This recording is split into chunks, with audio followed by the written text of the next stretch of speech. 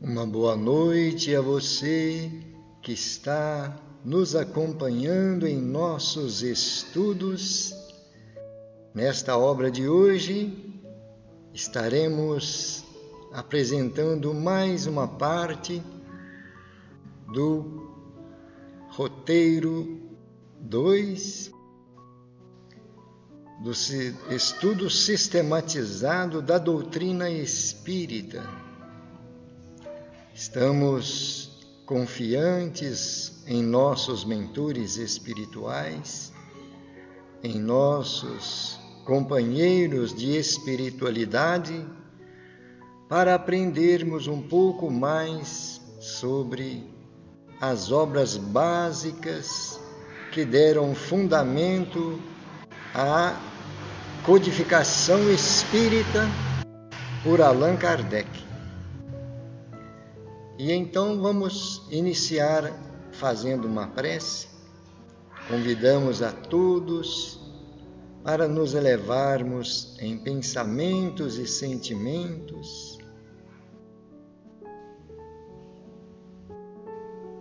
confiantes na presença de nosso Senhor Jesus Cristo. Divino amigo, aqui estamos, procurando melhorar nossos conhecimentos, nos prepararmos para sermos bons servos nesta seara da doutrina espírita. Te pedindo a tua bênção, Senhor Jesus, para todos nós, encarnados e desencarnados, que possamos, apoiados pela espiritualidade maior, entender e nos preparar para as nossas atividades necessárias ao nosso aprimoramento. Que a tua luz ilumine nossos pensamentos, que a tua paz permaneça em nossos corações. Assim seja, graças a Deus.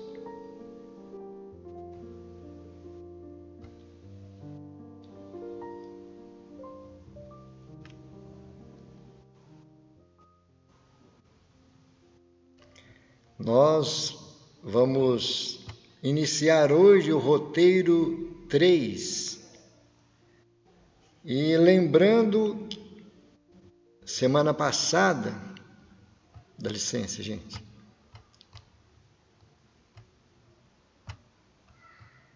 Desculpa a falha aí.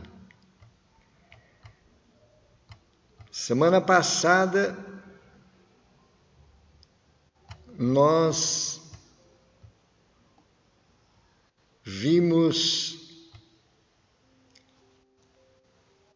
uma das mensagens que Allan Kardec escreveu, e nesta mensagem ele se refere, dando um depoimento das dificuldades, das peripécias que os adversários do Espiritismo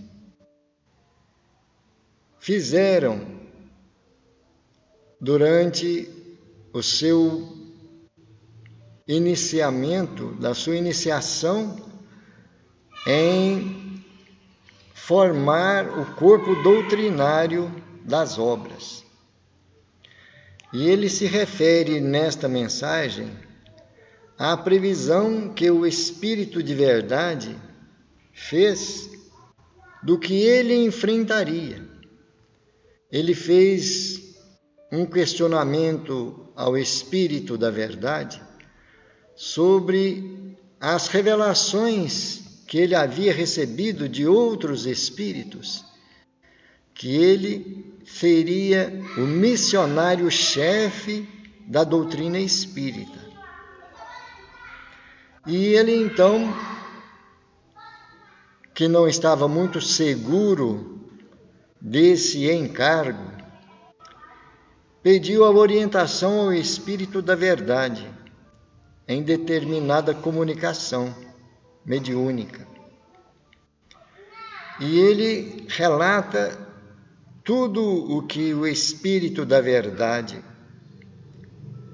orientou e esclareceu a ele do que aconteceria, das perseguições, dos entraves, dos obstáculos, dos inimigos, dos adversários gratuitos, tudo o que sucedeu durante o seu desempenho na elaboração, na codificação desta doutrina.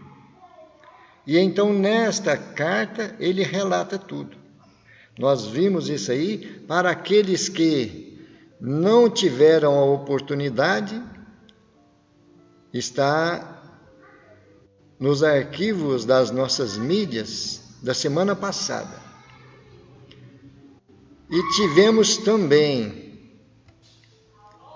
de onde surgiu o nome Allan Kardec, que é um pseudônimo, não é? Como está bem claro para nós, ele já havia tido outras obras, já tinha publicado outras obras antes de publicar as obras da doutrina espírita. E ele então, ao iniciar o Livro dos Espíritos, na sua publicação, ele estava inseguro em qual nome assinaria a obra do Livro dos Espíritos. E então foi-lhe sugerido esse nome, Allan Kardec, que foi de uma das encarnações que ele vivenciou no passado. Mais uma vez, nós indicamos para aqueles que não tiveram a oportunidade de acompanhar, que possa consultar os arquivos anteriores. Tivemos também a atuação de Allan Kardec na codificação espírita. Tivemos sobre a desencarnação de Allan Kardec.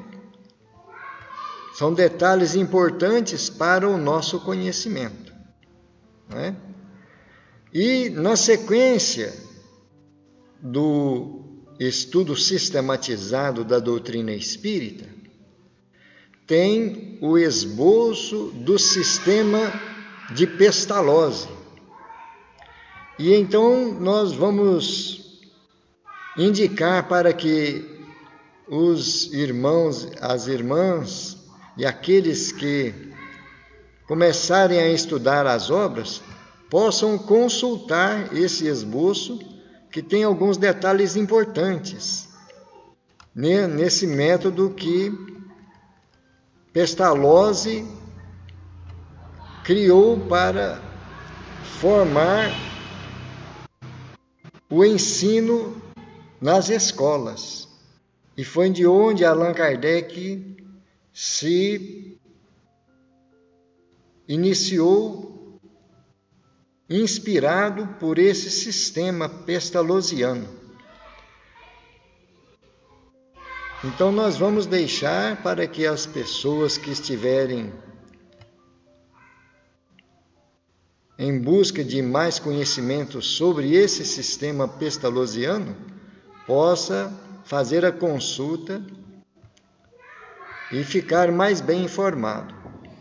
Hoje nós vamos iniciar o roteiro 3, módulo 2, roteiro 3, metodologia e critério utilizados na codificação.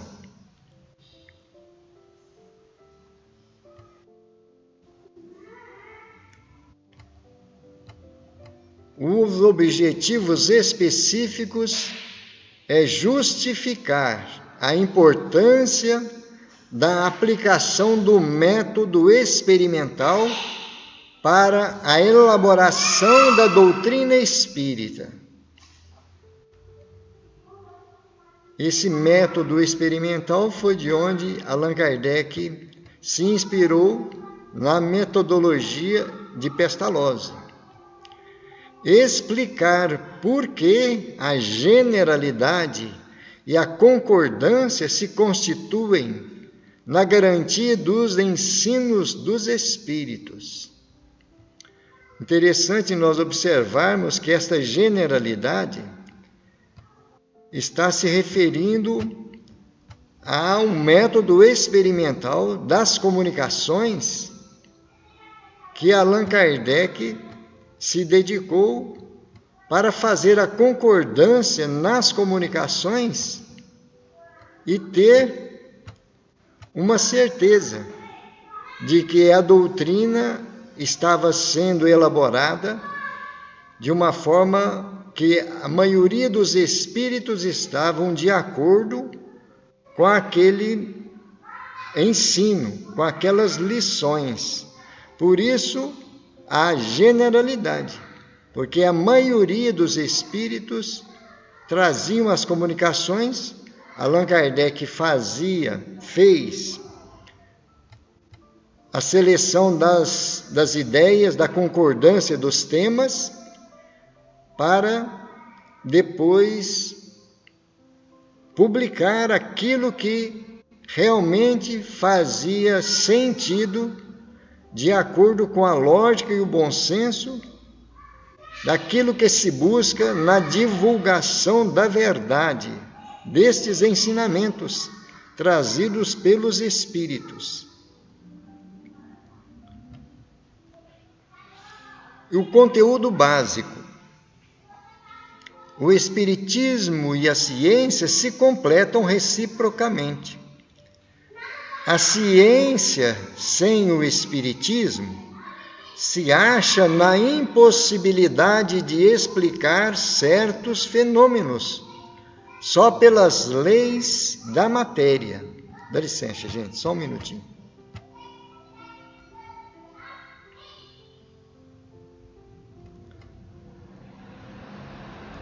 Ao Espiritismo sem a ciência, faltariam apoio e comprovação.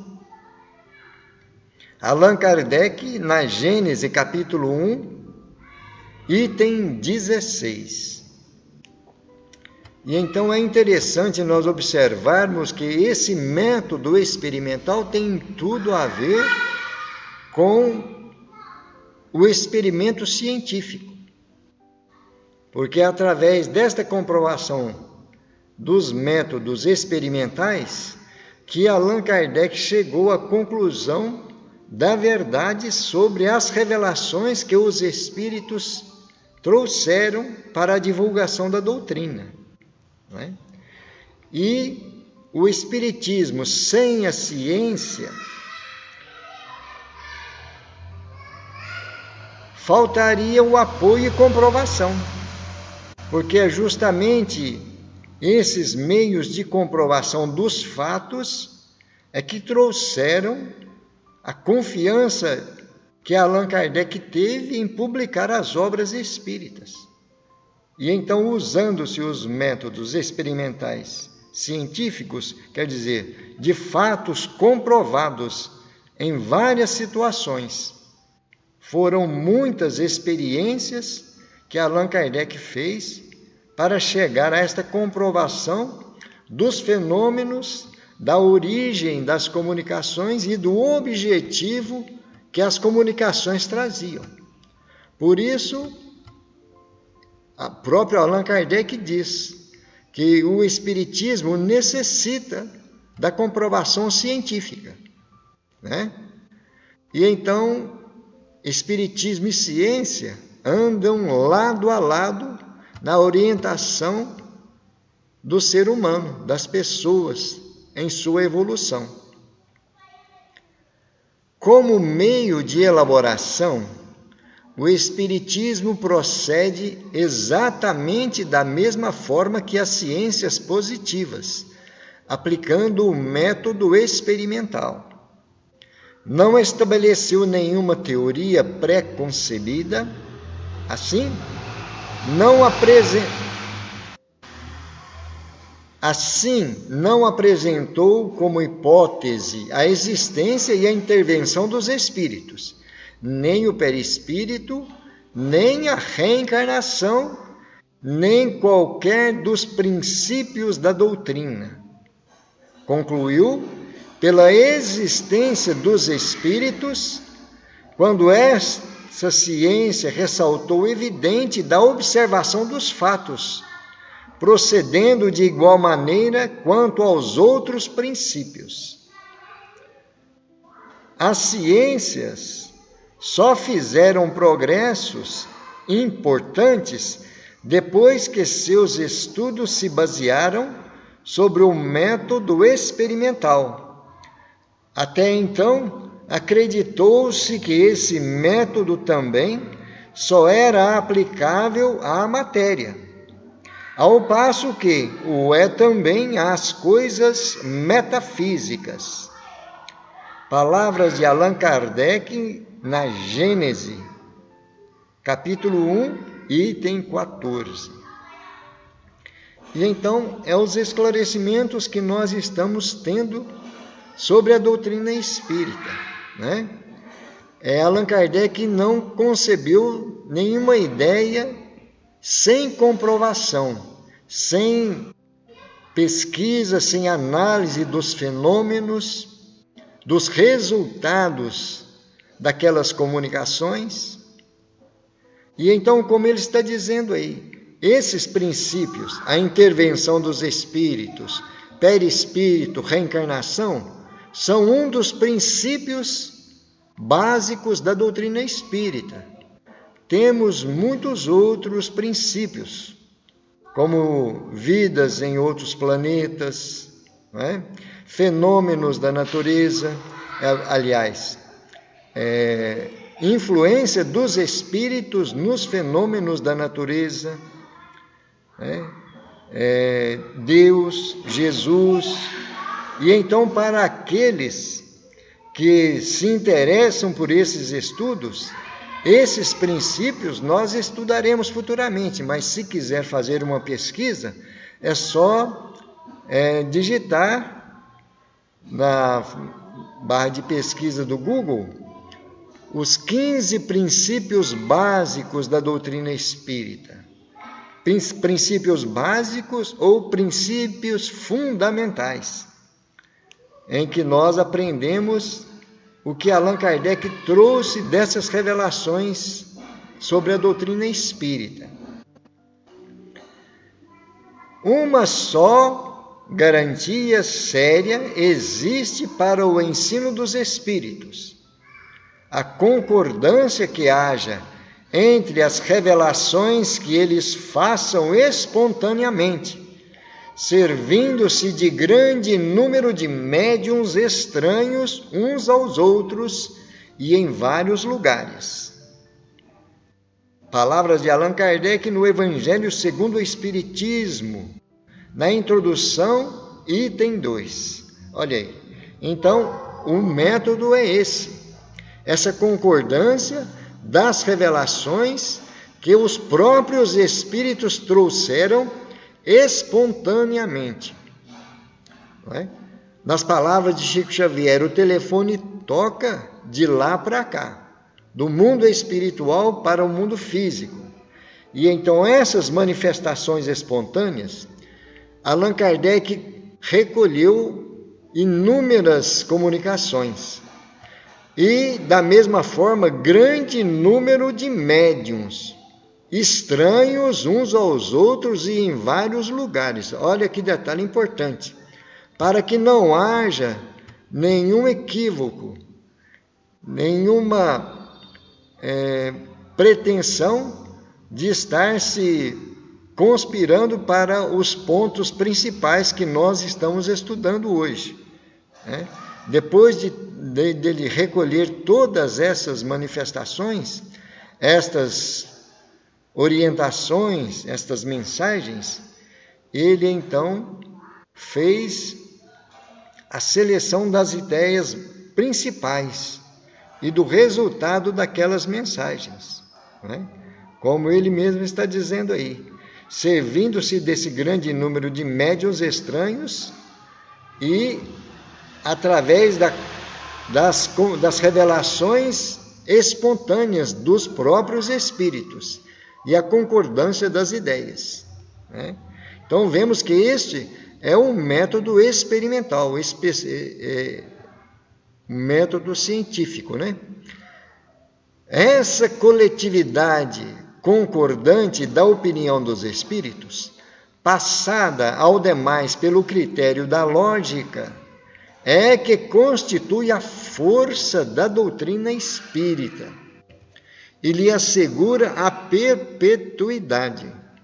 Para que ela mudasse, fora mister a universalidade dos espíritos mudasse de opinião e viesse um dia a dizer o contrário do que dissera antes.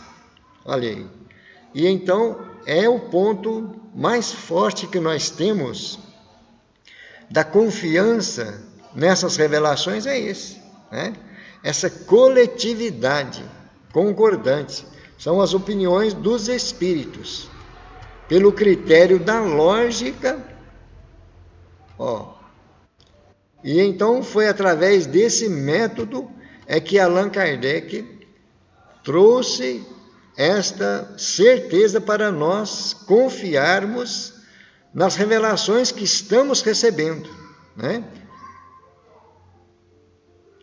E ele faz uma observação aqui, para que ela mudasse, fora mister, quer dizer, seria necessário que todos os espíritos, a maioria, a universalidade, né? A grande maioria dos espíritos também mudassem de opinião e viesse dizer o contrário. Por isso, esta segurança, essa certeza de que a doutrina espírita é para nós o farol que ilumina os nossos caminhos, né? E então nós temos na sequência aqui as sugestões didáticas, que nós sempre indicamos para os grupos que estão desenvolvendo os estudos através dessas indicações, né? Essa didática aí de estudo. O nosso objetivo é estudar, mas desta forma que nós estamos fazendo. Gradativa, sequencial, sem pressa, mas mostrando os textos básicos para o nosso aprendizado e o nosso comentário daquilo que nós temos condições de perceber, dentro da nossa limitação, porque sabemos que existem outros estudiosos, outros expositores que têm grande capacidade, maior, para apresentar um estudo assim. Mas dentro da nossa limitação, estamos aqui apresentando estes ensinamentos, não é? E então, agora nós vamos aos subsídios. Allan Kardec, como se sabe, não era um cientista no sentido profissional, de especialista neste ou naquele ramo da ciência, mas tinha cultura científica, espírito científico. A propósito deste assunto, o escritor e jornalista Deolim Amorim, num de seus artigos dedicados ao codificador, assim se expressa: Allan Kardec revela-se em tudo e por tudo um homem de espírito científico pela sua própria natureza. Todas as condições indispensáveis ao espírito científico nele estão, sem tirar nem pôr, como diz o jargão habitual. Em primeiro lugar, a serenidade com que encarou os fatos mediúnicos com equilíbrio imperturbável, sem negar nem afirmar a prioristicamente. Em segundo lugar, o domínio próprio, a fim de não se entusiasmar com os primeiros resultados, Em terceiro lugar, o cuidado na seleção das comunicações. Em quarto lugar, a prudência nas declarações, sempre com a preocupação de evitar divulgação precipitada de fatos ainda não de todo examinados e comprovados. Em quinto lugar, finalmente, a humanidade, que é também uma... Em quinto lugar, a humildade, que é também uma condição do espírito científico, interessado na procura da verdade antes e acima de tudo. E foi esse espírito científico que o secundou todo o tempo no cumprimento da sua missão de codificador da doutrina espírita.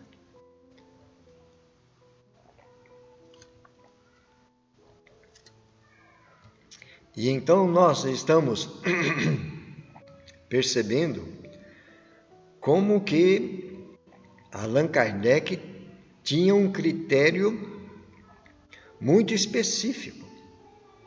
E no dizer de Deolino Amorim, ele tinha um espírito científico. A cultura dele já era dessa comprovação científica. Era uma característica natural da sua personalidade, o que ele já tinha conquistado ao longo da sua evolução espiritual. Não é assim? É o que nós entendemos na doutrina espírita.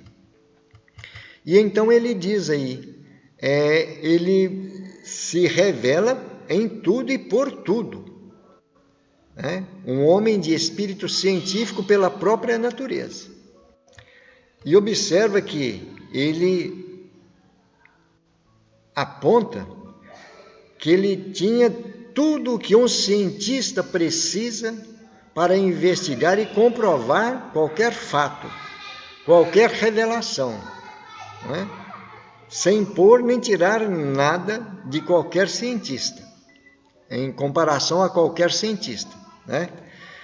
E ele diz aí, em primeiro lugar, a serenidade, porque ele tinha essa característica, encarou os fatos mediúnicos com bastante calma, tranquilidade e equilíbrio imperturbável, sem negar e nem afirmar nada, quer dizer, somente observando e confirmando através da observação. Ele também não se deixou levar pelo entusiasmo, ele manteve domínio próprio, não precipitou em nenhuma das revelações, nenhum dos ensinamentos que foi revelado, até que tivesse a certeza do objetivo daquela comunicação. A seleção das comunicações, um detalhe importantíssimo, porque imaginamos que foram inúmeras as comunicações. E como nós sabemos que os espíritos são as almas dos homens no plano espiritual, desencarnadas, sabemos também que existem espíritos que não têm total conhecimento. Espíritos que pensam conhecer tudo, mas não trazem grande conhecimento tanto quanto nós. A maioria de nós aqui encarnados somos pessoas vulgares, não temos grande conhecimento científico e nem revelar coisas que estão acima da nossa capacidade. Assim também é o que ele fez com relação a esta seleção das comunicações. Aquelas comunicações que não tinham relevância nos ensinamentos da doutrina espírita, não apresentavam um cunho moral, o cunho da verdade, ele descartava. E ele mesmo aconselha para que nós possamos observar qualquer comunicação dos espíritos, para termos atenção nesta seleção, em compararmos e verificarmos o fundo moral e o conteúdo que tem a ver com a verdade, com a realidade daquilo que nós entendemos, né? E um dos pontos principais que ele nos fala sobre o que é Deus, a justiça de Deus, a bondade de Deus, né? A perfeição da divindade.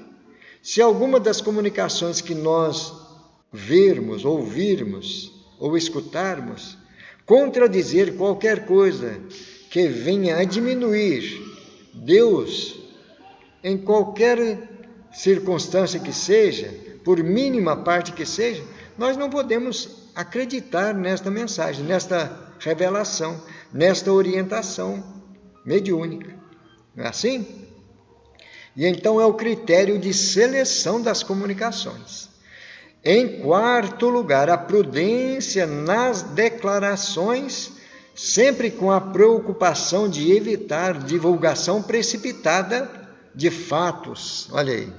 E então, essa divulgação precipitada seria um engano, né? Um erro, né?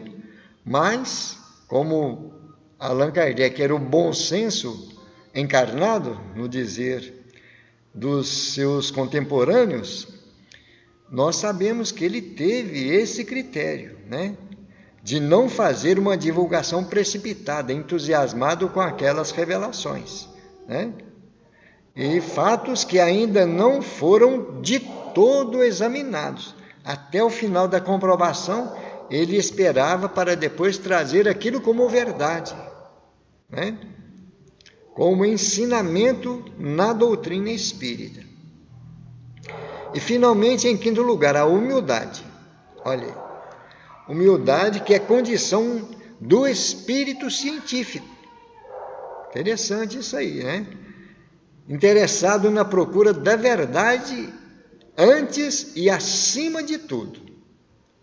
Então são esses critérios que Allan Kardec seguiu para trazer esta revelação da doutrina espírita, né? E então nós vamos parar por aqui e vamos deixar para a próxima semana o Espiritismo e a Ciência, dando sequência nestas revelações, nestas orientações que Allan Kardec, nas obras básicas, tem trazido para nós, né? E então vamos agora fazer uma prece de agradecimento. Sabemos que muitos amigos espirituais nos acompanham em nossos estudos, espíritos familiares, espíritos que estão necessitando de luz, assim como nós. Não é verdade? Estamos em busca de esclarecimento, de verdade, de segurança na nossa caminhada evolutiva. Não é isso? E muitos irmãos desencarnados estão também à procura disso, não é? Não é só nós aqui no plano físico que necessitamos dessas luzes, não é verdade? E então vamos todos nós elevar nossos pensamentos a Deus, a Jesus, agradecidos a esses mentores espirituais, espíritos de luz, que nos ampararam, que nos orientaram, que estão sempre prontos para nos ajudar.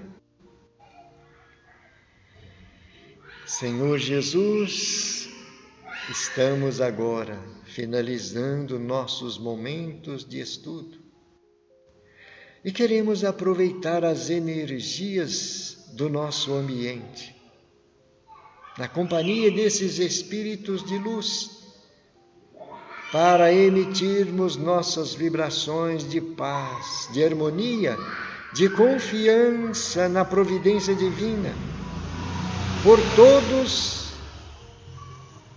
todos aqueles irmãos que estão passando momentos de dificuldade, Senhor.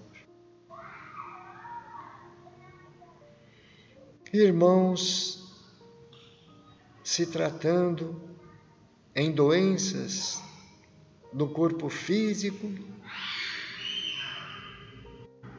irmãos procurando se equilibrar emocionalmente,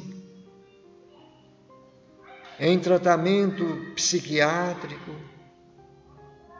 nas clínicas, nos hospícios, ou em seus próprios lares.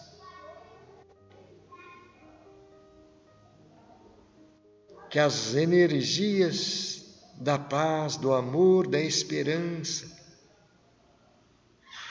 possam chegar até esses irmãos através desse socorro espiritual dos bons espíritos, falanges de socorro e de esclarecimento.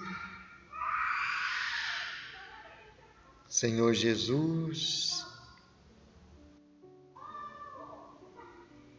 pedimos pelas escolas religiosas do mundo inteiro.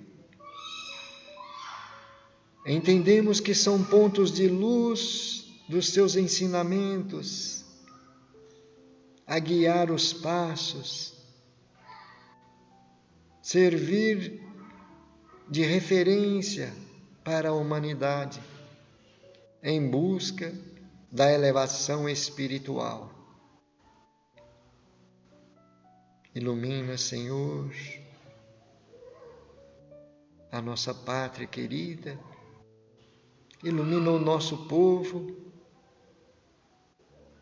ilumina os povos que passam por dificuldade em conflitos de guerra. Fortalece-os, conforta os corações, renova-lhes a esperança. Pedimos pelas nossas famílias, nossos entes amados. Divino amigo, te pedimos luz e discernimento para os nossos passos, força, coragem e sabedoria, para sermos instrumentos, trabalhadores nesta seara de vida. Que a tua paz permaneça em todos os corações, em todos os lares, hoje e sempre. Assim seja. Graças a Deus e louvado seja Deus. Queridos irmãos e irmãs, queridos internautas, que a paz do Mestre permaneça em todos os corações. Gratidão pela companhia, pelo apoio, pelo incentivo. Até uma próxima oportunidade, com a permissão de Deus. Gratidão.